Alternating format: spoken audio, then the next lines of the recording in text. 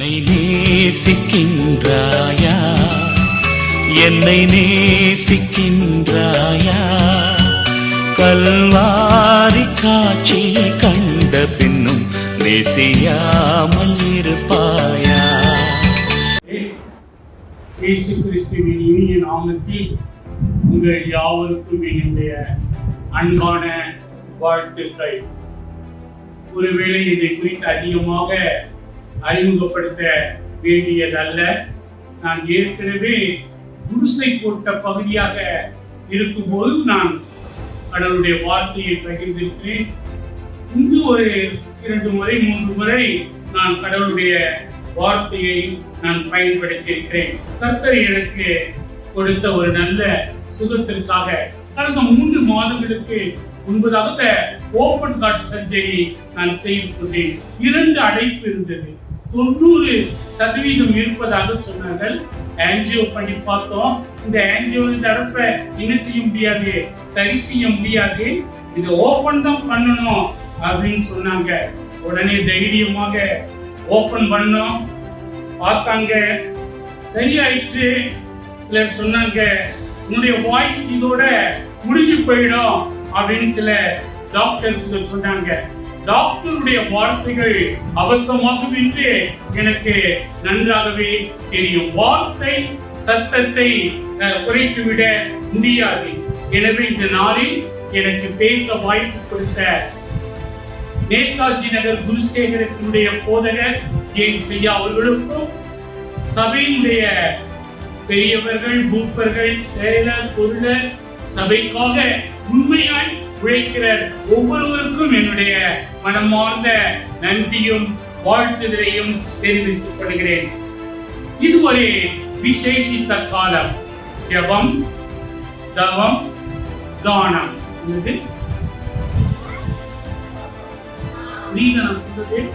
ஜெபம், அடுத்து தவம். யார் யாரெல்லாம் தவம் இருக்கிறீங்கன்னு எனக்கு தெரியாது. தானம் என்ன புரியுதா உங்களுக்கு? இதுதான் நாட்களுடைய 2 நாட்களுடைய முக்கியத்துவம் என்ன அப்படின்னு சொல்லி யாராவது கேட்டா, நான் பூ வைக்காம இருக்கேன், நான் கறி சாப்பிடாம இருக்கேன், இல்ல வண்டியில போறதை விட்டுட்டு நான் நடந்து போயிட்டு இருக்கேன், இல்லங்க, இது 40 நாட்களுக்குரிய 2 நாட்களுக்குரிய காரியங்கள் என்னது? இல்ல இல்ல. அதாவது ஜெபம். காலையில நான் வண்ணாரப்பேட்டையில் இருக்கிறேன். ஒவ்வொரு நாள் காலையிலயும் நான் நேதாஜி குருசேகரத்தில் நடக்கிற 5 இருந்து 6 மணி வரைக்கும் நடக்கிற கூட்டத்துக்கு இன்ன வரைக்கும் தவறாம போயிருக்கேன். இன்னைக்கு போகல, ஏன்னா திருவிருந்தி. அதனால மற்றபடி வண்ணாரப்பேட்டையில சபை எங்கன்னு உங்களுக்கு தெரியும், நேதாஜி குருசேகருடைய சபை எங்கன்னு தெரியும். டெய்லி போறேன். எனக்கு தேவை ஜெபம். 2வது அடுத்து என்னது? இன்னைக்கு எத்தனை பேர் இருந்தீங்கன்னு தெரியாது. தவம். தவம்னா இன்னும் புரியுதா? உபவாசம். Praise the Lord. Hallelujah. Hallelujah. Hallelujah. Hallelujah. Praise the Lord. அதாவது ஜெபம் காலையிலே முடிச்சிட்டேன். நான் 5 இருந்து 6 வரைக்கும் சிறப்பான ஜெபம். இந்த ஆயர் டெய்லி வராங்க. ரொம்ப சந்தோஷம். எங்க கோயில்ல அது கேன்சல் ஆயிடுச்சு. வண்ணாரப்பேட்டை கோயில்ல 175 ஆண்டுகள் சிறப்பாக நடைபெற்றாலும் இந்த ஆண்டு அந்த நேரத்தை என்ன செய்தாங்க? வேண்டான்னுட்டாங்க. ஆயர் அவர்கள் எதனால வேண்டான்னு சொன்னாங்க எனக்கு தெரியாது. ஆனா அந்த நாட்களை நான் அதிகமாக நேசிக்கக்கூடிய ஒரு நபர். அதிகமாக நேசிப்பேன். என்ன ரொம்ப ஒடுக்கிடுவேன். ரொம்ப சாப்பிட மாட்டேன். யார் எது கொடுத்தாலும் வேண்டான்னு எதுவுமே. ஏன்னா எனக்கு கொடுக்கப்பட்ட ஒரு ஜெபம், எனக்கு கொடுக்கப்பட்ட ஒரு தவம், எனக்கு கொடுக்கப்பட்ட ஒரே தானம். இன்னைக்கு ஒருத்தரை பார்த்தேன், 2 பேரை பார்த்து 10 ரூபாய் கொடுத்துட்டேன். ஒருத்தருக்கு கையே இல்ல. ஐயா நாங்க உடனே ஒரு 10 ரூபாய் கொடுத்தேன். ஒரு அம்மா அப்படியே பிளாட்பாரத்துல மரகத மாளிகையை ஒட்டி அந்த ரெயினியை ஒட்டி கூலி குறுகி படுத்திருந்தாங்க. நான் கையில கொண்டு போய் 10 ரூபாய் கொடுத்தேன். இன்னைக்கு எவ்வளவு கொடுத்திருக்கேன்? 20 ரூபாய் கொடுத்திருக்கேன். நீங்க யார் எத்தனை பேர் இன்னைக்கு எத்தனை ரூபாய் கொடுத்தீங்கிறது எனக்கு தெரியாது. ஜெபம், அடுத்து என்னது தவம், அதுக்கு அடுத்தது என்னது தானம். தானம் செய்யக்கூடிய நாட்கள் எத்தனை பேரு பிடியரிசி அடிச்சு பிடியரிசி வச்சு கோயில கொண்டாந்து கொடுக்கிறோம். தட்ஸ் ஆல் ஓகே, நான் இல்லைன்னு சொல்லல. ஆகிலும் ஆண்டவர் சொல்றாரு, கொடுங்கள், இல்லாதவர்களுக்கு கொடுக்கக்கூடிய ஒரு நாள். நம்ம வீட்டை சாப்பிடும் போது ஏதோ ஒருவருக்கு அதுல கொஞ்சம் praise the Lord, hallelujah, நல்லா சொல்லணும், hallelujah, hallelujah, hallelujah. எனக்கு ரொம்ப உற்சாகமா இருக்கணும், ஆண்டவரே அருமையா தொழுது கொள்ளணும்.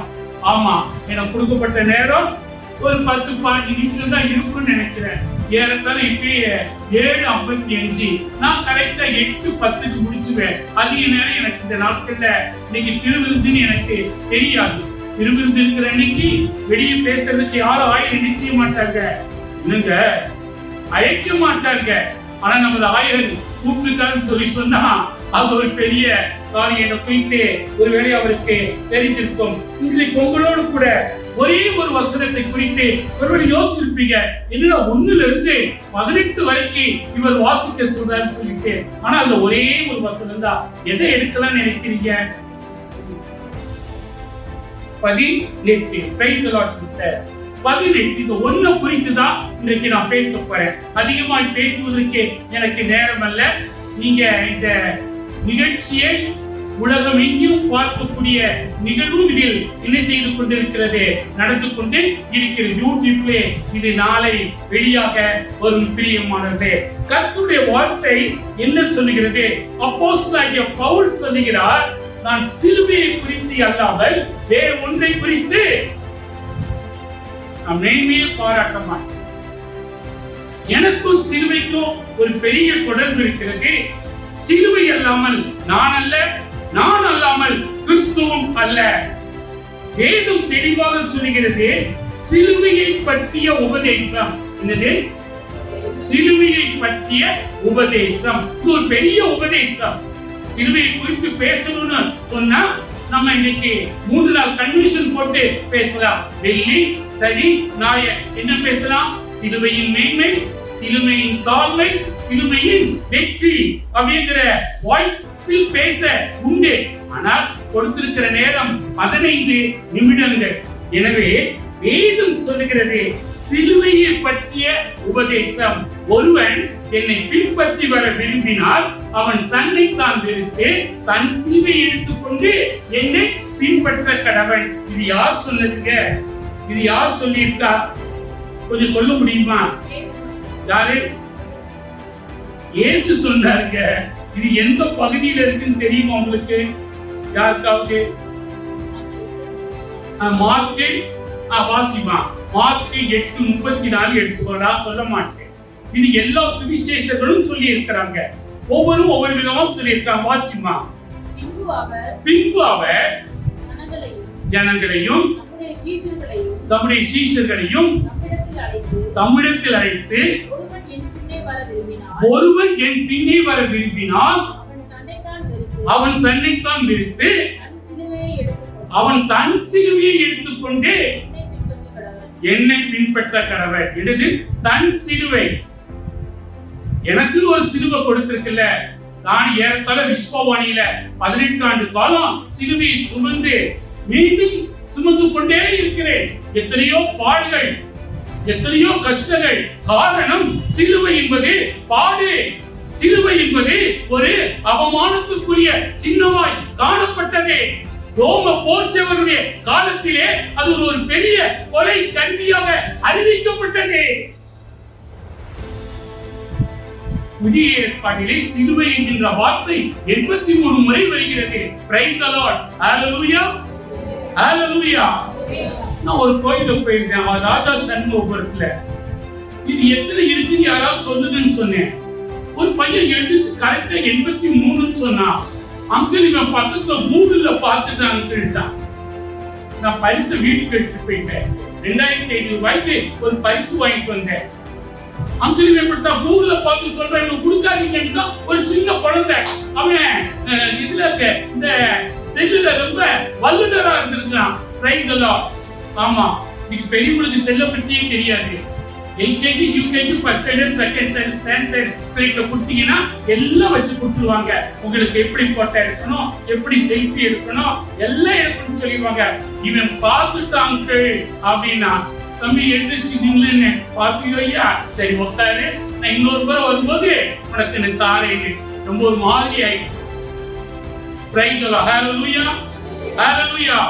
ஒருவன் என்னை பின்பற்றி வர விரும்பினால் அவன் தன்னைத்தான் வெறுத்து தன் சிலுவையை எடுத்துக்கொண்டு அவன் என்னை என்ன செய்யணும்? கலப்பையில் கை வைத்தவன் என்ன செய்யக்கூடாது? பின்னிட்டு பார்க்க கூடாது. 1963 ஆண்டு CSI கிறிஸ்துநாதர் ஆலயம் வண்ணாரப்பேட்டையிலே DJ டேவிட் அவர்களால் நான் ஞானஸ்தானம் பெற்றுக் கொண்டேன். அவர் அநேகமா இருக்காரா என்னன்னு ஐயாட்ட கேட்டதான் தெரியும். ரொம்ப வயதானவர். அப்பதான் நாங்க இயேசுவை சொந்த ரட்சகராக ஏற்றுக்கொண்டோம். இன்னைக்கு வரைக்கும் அந்த சபையில தான் மெம்பரா இருக்கோம். வேற எந்த சபைக்கு நாங்க போக மாட்டோம். நானாவது போவேன் ஆவிக்குரிய சபைக்கு. எங்க வீட்டம்மா திருநெல்வேலிக்காரம்மா, அந்த அம்மா வேற எங்கேயும் போக மாட்டாங்க இந்த கோயிலை விட்டு. Praise the Lord. Hallelujah, hallelujah. அவங்க கோயில் தவிர வேற எங்கேயும் அங்கீகரிக்க மாட்டாங்க. ஏதாவது வீட்டு சும்மா இருக்கிறேன்னா கோயில போய் ஜெபம் பண்ணிட்டு வருவாங்க. ஆமா, பிரைஸ் தி லார்ட். என்ன சிலுவையை பற்றிய உபதேசம் கெட்டு போகிறவனுக்கு பைத்தியமாக இருக்கிறது. யாருக்கு? என்னங்க சொல்ல மாட்டீங்களோ? கெட்டு போகிறவர்கள். கெட்டு போனவர்கள் யார்? சகைவு கெட்டு போயிட்டால. என்ன நல்லவன நல்ல சகைவா? முதல்ல நல்ல சகைவா கெட்ட சகைவா? முதல்ல கெட்ட சகைவா. அவனுக்கு சிலுவையினுடைய உபதேசத்தை பற்றி அவனுக்கு தெரியவில்லை. ஒரு காக்கத்தி மரத்தின் மேல் ஏறி உட்கார்ந்து இருக்கிறான். நான் இயேசுவை பார்க்க வேண்டும், இயேசுவை கண்டு கழிக்க வேண்டும். அவன் கெட்டு போனவன். ஏனெனில் எல்லாரிடத்திலும் பன்மடங்காக என்ன செய்தான்? வரியை வசூல் செய்த மன்னன். அவன் கெட்டு போனவன். வேதம் சொல்கிறது சிலுவையை பற்றிய உபதேசம் கெட்டு போகிறவனுக்கு அவனுக்கு பைத்தியமாய் தெரிந்தது. யாருக்கு? சகைவுக்கு. ஆனால் காட்டத்தி மரத்தில் உட்கார்ந்து இருக்கிறவன் அதே மரமாகிய சிலுவையிலே அடிக்கப்பட போகிறவரை நான் பார்க்க வேண்டும், நான் அவரை கண்டு நான் பேச வேண்டும், எப்படியாவது இந்த கூட்டத்தில் நான் பார்த்து விட வேண்டும் என்று காட்டத்தி மரத்தின் மேல் அவன் ஏறி அமர்ந்திருக்கிறான். இயேசுவை பார்க்க போய்க்கணும். அமைதியா இருக்கீங்க. இயேசுவை பார்க்கனா பார்க்கலையா? பார்த்தா. Very good. Praise the Lord. காட்டத்தி மரத்தில் இருந்து எப்படியே ஏன் காட்டத்தி மரத்தில் இருந்தான்? அவன் பார்க்க முடியாது. எல்லாரும் நல்ல உயரமா இருப்பாங்க, நல்ல டாலா இருப்பான். வசூல் சுற்றுறவங்க எப்பவுமே குள்ளமா தான் இருப்பாங்க. கண்டல் வாங்குறவங்களும் குள்ளமா தான் இருப்பாங்க. வட்டிக்கு வாங்குறவங்களும் குள்ளமா தான் இருப்பாங்க. நெட்டியா இருக்க மாட்டாங்க. Praise the Lord. Hallelujah. Hallelujah. நல்லா சொல்லணும். Hallelujah. இது ஜெபநாள், இது தவநாள், இது தானம் நாள். Hallelujah. கர்த்தர் நல்லவர் என்பதை ருசித்து பாருங்கள். அவர் பேரில் பற்றுதலாய் இருக்கிற மனுஷன் பாக்கியவான். வேதம் சொல்கிறது ஒரே வசனம் தான். சிலுவையை பற்றிய உபதேசம் கெட்டு போகிறவர்களுக்கு இன்னவருக்கு. இன்னைக்கு அநேக பைத்தியம் தான் சொல்றாங்க.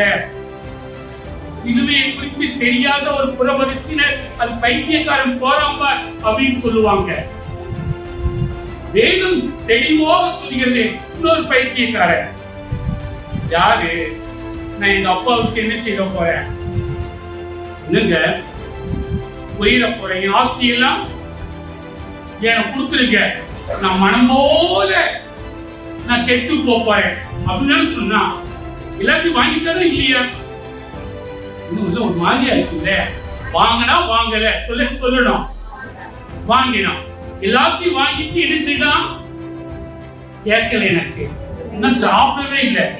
இங்க வந்து ஏதோ மசாலா தோசை வாங்கி கொடுப்பாங்கன்னு நினைச்சேன். ரைகளா இன்னும் சாப்பிடல. ஆமா, ஏன் இன்னைக்கு என்னது, என்ன கிழமை? வெள்ளிக்கிழமை இல்ல. ரைகளா, எனக்காக அவர் அடிக்கப்பட்டவர், எனக்காக ஒடுக்கப்பட்டவர், எனக்காக சிதைக்கப்பட்டவர், என் ஜீவனுக்காக, என் சுகத்திற்காக, என்னுடைய நல் வாழ்விற்காக, என்னுடைய நல் வாழ்விற்காக. பைத்தியம் என்று நினைக்கிறவர்கள், ஒருவேளை சிலுவை பைத்தியத்துக்குரிய அடையாளமாக காணப்படுகிறது.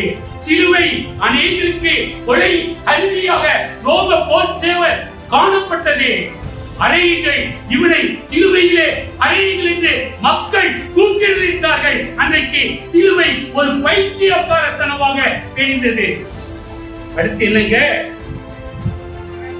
ரட்சிக்கப்படுகிற நமக்கோ அது தேவ பலனாக இருக்கிறது. Price the Lord. ரட்சிப்புனா என்ன?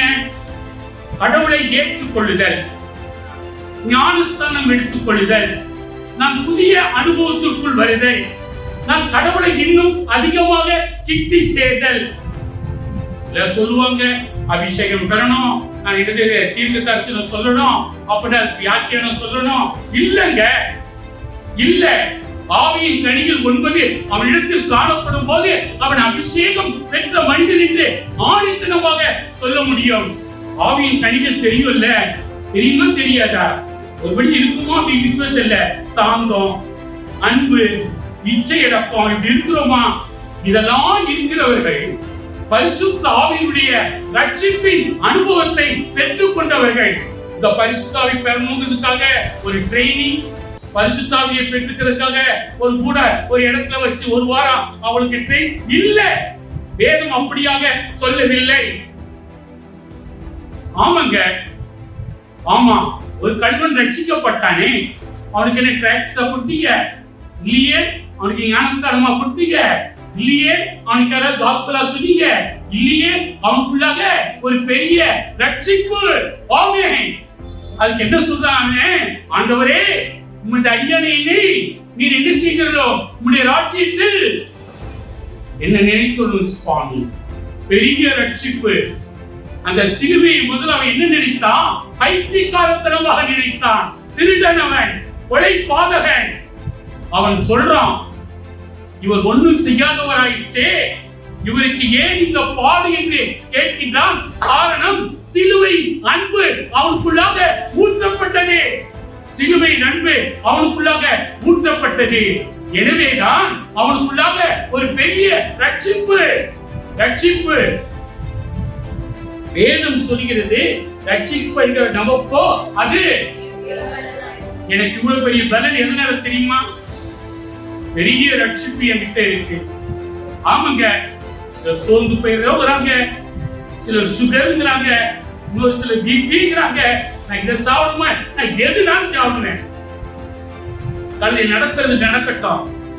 அது போய் சேர்ந்தா ரெடி. அது ஐயர்வாள் வந்து ஒரே நேரத்துல வேலை முடிச்சுட்டு போயிடுவாரு. Praise the Lord. ஹalleluya. அது சிலர் யோசிப்பாங்க, ஐயோ பேரன் இருக்கானே, பேத்தி இருக்கானே, மகா இருக்கானே, மரும எனக்கு எது இல்லை, ஒரே ஒரு மகா, அவளு எனக்கு ஜப்பானுக்கு போறா. Price the Lord. கர்த்தருக்கு ஸ்தோத்திரம். வேதம் சொல்லுகிறது பெரிய ரட்சிப்பு.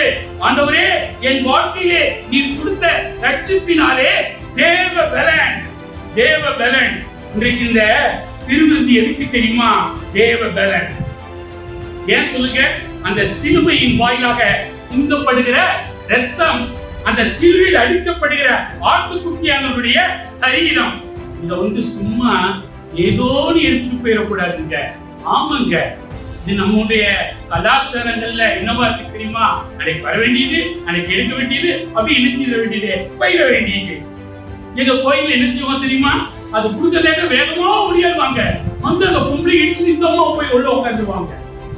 Price the Lord. Praise the Lord. அடிக்கப்பட்டவர், நமக்காக நொறுக்கப்பட்டவர், நமக்காக சிதைக்கப்பட்டவர். வேதம் சொல்லுகிறது, அவராலே உனக்கு ஒரு பலன், பலன் உன் சரீரத்துல பலன் குறைவாய் இருக்கு என்று சொல்லி சொன்னால், நீ அந்த சிலுவையை சரியாக சுமக்கவில்லை, அந்த சிலுவையை நீ பற்றிக் கொள்ளவில்லை. வேதம் தெளிவாக சொல்லுகிறது, கிறிஸ்துவை குறித்ததான ஒரு பெரிய ரட்சிப்பு. இந்த 3 விதமான ரட்சிப்பை நாம் பார்க்க போகிறோம். என்னது? கெட்டு போகிறவர்கள். இந்த வசனத்தை நம்ம கவனிக்க வேண்டியது கெட்டு போகிறவர்கள். அடுத்து என்ன? பைத்தியக்காரன் இருக்கு, இருக்கா இல்லையா? பைத்தியக்காரன். அடுத்து ரட்சிப்பு. இந்த மூணும் குறிப்பிடப்பட்டிருக்கு, முக்கியமானவைகள். இந்த மூணும் இது அசதியை நாம் என்ன செய்ய முடியாது, எழுதி வைக்க முடியாது. சங்கீதம் 13:5 என்னங்க சொல்லுது பார்ப்போமா? இந்த ரட்சிப்பினை குறித்து சங்கீதம் 13:5. யாரோ ஒருத்தர் வாசிக்கலாமா? எது மேல நம்பிக்கையா இருக்கிறேன்? கிருபை மேல் நம்பிக்கையா இருக்கிறேன். அப்பா, பிரைஸ் தி லார்ட். இந்த ரட்சிப்பினால் என் இருதயம் களிகூறுகிறது. எதனால? ஐக்கியம் என்னப்பட்ட சிலுவையின் வாயிலாக உனக்கு கிடைக்கப்பட்ட ஒரு ரட்சிப்பின் நிமித்தமாக. அநேக பைத்தியக்காரர் என்று எண்ணுகிறார்கள் சிலுவையை அல்ல. சிலுவையை குறித்து அப்போஸ்தலனாகிய பவுல் சொல்லுகிற ஒவ்வொரு காரியமும் அவன் சிலுவை அல்லாமல் நான் அல்ல, நான் அல்லாமல் கிறிஸ்து அல்ல, கிறிஸ்து அல்லாமல் சிலுவையும் அல்ல. சிலுவையோ புனித சின்னம் தான் தவிர சிலுவை மற்றவருக்குரியவை அல்ல. வணங்கத்தக்கப்படுபவர் கிறிஸ்து, நமஸ்கரிக்கக்கூடியவர் கிறிஸ்து. ஆனால் அடையாளம் கொடுக்கப்பட்டது சிலுவை, ஒரு பெரிய ரட்சிப்பு. அடுத்து ஏசாயா தீர்க்கதரிசி என்ன சொல்கிறான் தெரியுமா? இந்த சிலுவையின் வாயிலாக கிடைக்கக்கூடிய ரட்சிப்பு என்ன? ஏசாயா சொல்றாரு 25ஆம் அதிகாரம் 9வது வசனத்துல இந்த ரட்சிப்பை குறித்து அவர் சொல்றாரு. என்ன சொல்றாரு? ஒருத்தர் இவரே நம்முடைய தேவன், இவரே நம்முடைய தேவன், இவருக்காக காத்திருந்தோம். இவர் என்ன செய்வாரா? நம்மளை ரட்சிப்பாருங்க. பைத்தியக்காரர்களையும் ரட்சிப்பார். ஆமென், ஹல்லேலூயா. சிலுவையை குறித்த உபதேசம் அநேகருக்கு பைத்தியமாய் காணப்பட்டாலும் ரட்சிக்கப்படுகிற எனக்கு இருதயத்தில் ஒரு பெரிய சந்தோஷம், இருதயத்தில் ஒரு பெரிய மகிழ்ச்சி, பெரிய மகிழ்ச்சி. இயேசு எனக்காக சிலுவையிலே மாண்டு போனார். ஆமென். காரணம் என்னுடைய ரட்சிப்புக்காக, என்னுடைய சுக வாழ்வுக்காக, என் குடும்பத்தை நடத்துவதற்காக, திருச்சபை எடுத்து கட்டுவதற்காக. எதுவே நீ எடுத்து கட்டுவாய் உன் சபையை. ஆமென். வேதம் சொல்கிறது. வெளிப்படுத்தல் விசேஷத்தின் புஸ்தகம் 3ஆம் அதிகாரம் 20 ஒரு ரட்சிப்பை குறித்து பேசுகிறது. அது சிலுவையின் வாயிலாக வந்தது என்று சொல்லி நாம் பார்க்கிறோம். சொல்லுங்க. வெளிப்படுத்தினர் 3:20. இதோ வாசற்படியிலே நின்று தட்டுகிறேன். ஒருவன் என் சத்தத்தை கேட்டு கதவை திறந்தார். நான் அவனிடத்தில் பேசுவேன், அவனோடு போஜனம் பண்ணுவேன், அவனும் என்னோடு கூட போஜனம் பண்ணுவான். இந்த ஒரு பெரிய அனுபவம் ரட்சிப்பின் வாயிலாகத்தான் கிடைக்கும். கதவை தட்டுறார்ல, சிலுவையில் சுமந்தவர் கதவை தட்டுகிறவர். கதவை தட்டுறாரு, கொஞ்சம் திறப்பா, தர, நான் உன்னோடு கூட போஜனம், நம்மோடு கூட அவர் போஜனம் பண்ணக்கூடிய ஒரே நோக்கம் அந்த ரட்சிப்பின் வாயிலாகத்தான். மீகா, நான் முடிக்க போறேன், நேராயிடுச்சு. அடுத்து நம்ம திருவிருந்துக்கு ஆயத்தப்பட போகிறோம். அது ஒரு முக்கியமான சாத்திரம். தயவுசெய்து அதை யாரும் அல்பமாய் எண்ணி விடாதீர்கள். மறுபடியும் சொல்றேன், யாரும் அதை அல்பமாய் எண்ணி விடாதீர்கள். எனக்கு ஒரு மனத்துவ கிளேஸ் இருந்தா நான் எனக்கு அவாய்ட் பண்ணிடுவேன். வீட்டுல ஏதாவது ஒரு பிரச்சனை இருந்தா நான் அதை அவாய்ட் பண்ணிடுவேன். வெளியே ஒரு பிரச்சனை இருந்தா அதை நான் அவாய்ட் பண்ணிடுவேன். காரணம், கிறிஸ்து எனக்காக ஒவ்வொரு சொட்டும் ஒரு ரட்சிப்பின் அனுபவத்திற்காக. இந்த தேசமே ரட்சிப்பின் அனுபவத்தை பெற வேண்டும். எல்லா மக்களும் அவரை அணுக வேண்டும் என்று சொல்லி சிலுவையிலே மாண்டு போனார். பிரியமானவர்களே, மீகா 7:7 ஒரு வார்த்தை சொல்லுகிறது. என்ன வார்த்தைங்க? நானும் என்றால் கர்த்தரை நோக்கிக் கொண்டு, அப்பா, நானும் ரட்சிப்பிற்காக என் தேவனை நோக்கி காத்திருப்பேன். Praise the Lord. Hallelujah. Hallelujah. Hallelujah. இன்னொரு முறை வாசிக்கும் அந்த வசனத்தை. நானும் என்றால் கர்த்தரை நோக்கிக் கொண்டே என் ரட்சிப்பின் தேவனை பார்ப்பதற்காக நான் காத்திருப்பேன். ஒரு காத்திருப்பு, சிலுவையின் வாயிலாக ஒரு பெரிய காத்திருப்பு. கடைசியாக 1 கொரிந்தியர் புத்தகம் 1ஆம் அதிகாரம் 27வது வசனத்தோடு நான் முடிக்கப் போகிறேன். எனக்கு இன்னைக்கு நேரம் பத்தல. Praise the Lord. ஞானிகளை வெட்கப்படுத்தும்படி அந்த சிலுவையில என்னவாக பைத்தியமா இருந்தவனை தெரிந்து கொள்வதற்காக. என்னது 12ஆம் வசனம் சொல்லுது? பைத்தியமா இருக்கிறது யாருக்கு? சிலுவையை பற்றி உபதேசம் கேட்பவர்களுக்கு பைத்தியமா இருக்கு. இது என்ன சொல்லுது? ஞானிகளை வெட்கப்படுத்தும்படி.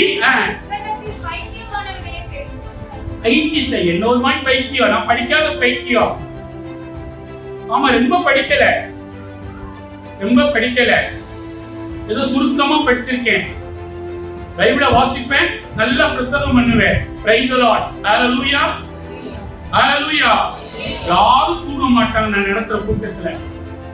ஆமா, எனக்கு ரொம்ப பிடிச்சது ஆன்லைன் பிரேயர். ஏன்னா ரொம்ப நேரம் பேசலாம் பார்த்தீங்களா? ஆமா, பிரதர் ஜீவனத்தோட போயிடுச்சு. அப்படியே என்னது ஆன்லைன் பிரேயர் கொஞ்ச நாள் என் பையில வச்சிருந்தாங்க. எத்தனை மணில இருந்து? 10ல இருந்து 12 வரைக்கும். அது ஆன்லைன் பிரேயரா? உபவாசம் நாங்க 10ல இருந்து 1 வரைக்கும். போகும்போது சாப்பாடு. அது என்னங்க உபவாசம்? சாப்பாடு. 10க்கு வந்தாங்க, அப்ப 10 பேர் உட்கார்ந்துருந்தாங்க. சாப்பாடு கொடுக்கும்போது 56 பேர் உட்கார்ந்துருந்தாங்க. Praise the Lord. Praise the Lord. ஆமா, வேதம் சொல்கிறது ஞானிகளை வெட்கப்படுத்தும்படி தேவன் உலகத்தில் இந்த பார்த்திபனை தெரிந்து கொண்டார் வச்சுக்கலாமே. நான் வேற யாரும் சொன்னா சண்டைக்கு வந்துருவாங்க. நான் பிஇ முடிச்சிருக்கேன், இவர் என்ன பார்த்து பைத்தியங்கிறாரு. Praise the Lord. Hallelujah. Hallelujah. Hallelujah. அடுத்து வாசிமா. பலமுள்ளவர்களை வெட்கப்படுத்தும்படி தேவன் உலகத்தில் பலவீனமானவர்களை தெரிந்து கொண்டார். Praise the Lord. பலவீனமானவர்களை தெரிந்து கொண்டார், பலவான்களையும் தெரிந்து கொண்டார், பலவீனமானவர்களையும் தெரிந்து கொண்டார். கெட்டு போகிறவர்களுக்கு பைத்தியமாய் தெரிந்தது சிலுவை. அது நமக்கோ என்னங்க? தேவ பலன்ல ஒரு பெரிய ரட்சிப்பு. சகேவுக்கு கிடைத்த ரட்சிப்பை காட்டிலும் பெரிய ரட்சிப்பு. கெட்ட குமாரனுக்கு மீண்டும் ஒரு பெரிய ரட்சிப்பு கிடைச்சதா இல்லையா? இல்லைங்க, கிடைச்சதா கிடைக்கலையா? அதான் ஒவ்வொரு நாள் காலையிலும் மாடியில நின்று பார்க்கிறான், இவனுக்கு ஒரு ரட்சிப்பு வேண்டும் வேண்டும். என் இளைய குமாரன் எப்போது வருவான்? பைத்தியக்காரன் போயிட்டான். திருவான் பைத்தியக்காரனா வரல, வரும்போதே ரட்சிப்பி அனுபவத்தை பெற்றான். மனங்கசந்து அழுதான். பேதுருவும் மனங்கசந்து அழுதான். கெட்ட குமாரனும் மனங்கசந்து அழுதான். நீ மண்டி போடக்கூடிய சாப்பாட்டை என் தகப்பன் வீட்டுக்கு போய் நான் சாப்பிடுவேன் என்று ரட்சிப்பை பெற்றுக் கொண்டார்.